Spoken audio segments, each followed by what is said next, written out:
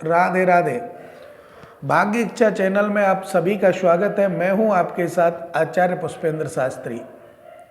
मेरा प्रयास रहता है कि मैं आपको नई नई ऐसी जानकारी दूं जिससे कि आप भ्रमित ना हो, छोटे छोटे उपाय बताऊं जिससे कि आपके कार्य सफल हों।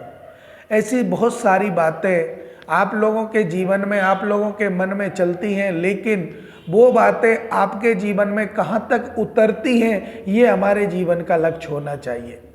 इसमें देखिए, कहते हैं कि भगवान किसने देखा है। मैं ये कहता हूँ कि घर में अगर जिसके माता पिता हैं वो एक साक्षात भगवान स्वरूप हैं और उन्होंने भगवान को देखा है। अर्थात जिसने माता पिता की सेवा की है वही भगवान की सेवा कर रहे हैं। अर्थात हमें कहीं जाने की आने की कोई ज़रूरत नहीं पड़ती। घर में माँ पिता अगर सुखी हैं तो हमारे कार्य सफल होते हैं और हमारे कार्यों में सफलता प्राप्त होती है। आज इन्हीं सब बातों को लेकर हम आपसे बात करेंगे और बात करेंगे आपके दैनिक क्रिया को लेकर कि आपको अपने जीवन में कैसे आगे बढ़ना है और आपके परिवार में कैसे आप सफलता प्राप्त कर सकते हैं। क्योंकि बहुत सारी ऐसी योजनाएं जो हमारे जीवन में आती हैं और निकल जाती हैं जिससे कि व्यक्ति निराश हो जाता है, और जब व्यक्ति निराश हो जाता है तो उसके जीवन में और समस्याओं का समागम हो जाता है, मन में एक खिन्नता पैदा हो जाती है। तो आज जो मैं आपको बताने वाला हूँ वो बताने वाला हूँ आपके सभी कार्यों को सफलता कैसे प्राप्त कराएं। इसके लिए सफलता आपको प्राप्त करनी है, घर परिवार में सुख शांति रखनी है, गृह कलेश से बचना है और कई प्रकार की ऐसी समस्याएं जो एक ही उपाय से शांत हो सकती हैं। वो उपाय क्या है, उन उपायों को हम कैसे करें। और देखिए, कहा गया है विश्वासो फलदायकम। अगर विश्वास है तो ही फल की इच्छा होती है, और विश्वास नहीं है तो फल मिलने का कोई आसार नहीं होता, क्योंकि विश्वास ही है जो आपको फल दिला सकता है। आपसे एक निवेदन मैं यही करूंगा कि आप अपने कार्यों में संलग्न रहें, कर्म करते रहें, क्योंकि कर्म ही पूजा है। कहा गया है, गोस्वामी तुलसीदास जी ने रामायण में भी कहा है कि कर्म प्रधान विश्व रचि राखा।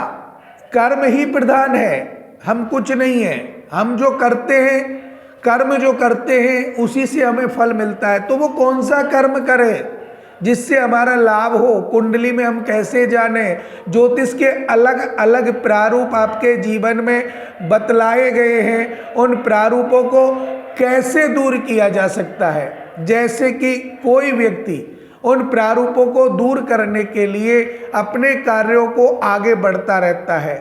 जैसे आपके ऊपर कोई कोर्ट केस हुआ, कोर्ट केस होने के साथ साथ आप वकील से मिले और आपने अप्रोच लगाई, लेकिन यहाँ पर सिर्फ अप्रोच लगती है परमपिता परमात्मा की, मेरे गोविंद की, कन्हैया की। तो उनसे अगर आप अप्रोच लगाते हैं, जिसको भी आप मानते हैं, शिव शंकर को मानते हैं, हनुमान जी को मानते हैं, जो भी आपने इष्ट बना रखा है, उनसे आपको प्रार्थना करनी है और बोलना है, हे प्रभु हमारे सभी कष्ट आप दूर करें, किसी भी प्रकार की कोई विघ्न बाधा हमारे जीवन में ना आए। तो उससे आपको निश्चित लाभ मिलेगा। और मेरा मानना आपसे एक ही है कि भगवान की पूजा कभी असफल नहीं जाती। पूजा करके तो देखो।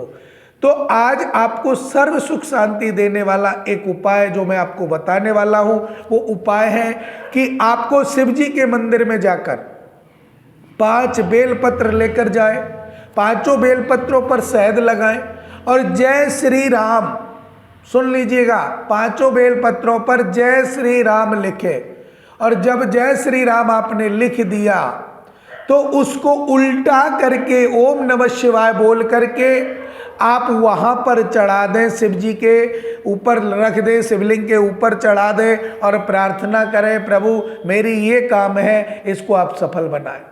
और इसके साथ साथ आप नंदीश्वर भगवान के कान में अपनी मनोकामना बोल दें, उससे भी आपको लाभ प्राप्त होगा और आपको सुख शांति, घर की समृद्धि, सभी कार्य आपके सफल होंगे। कोई भी विघ्न बाधा क्यों ना हो, निश्चित रूप से पूरी होगी। अनेक प्रकार की समस्याओं के बीच से होकर के आपको एक रास्ता दिखाई देगा जो आपके कार्यों को सफल करने वाला होगा।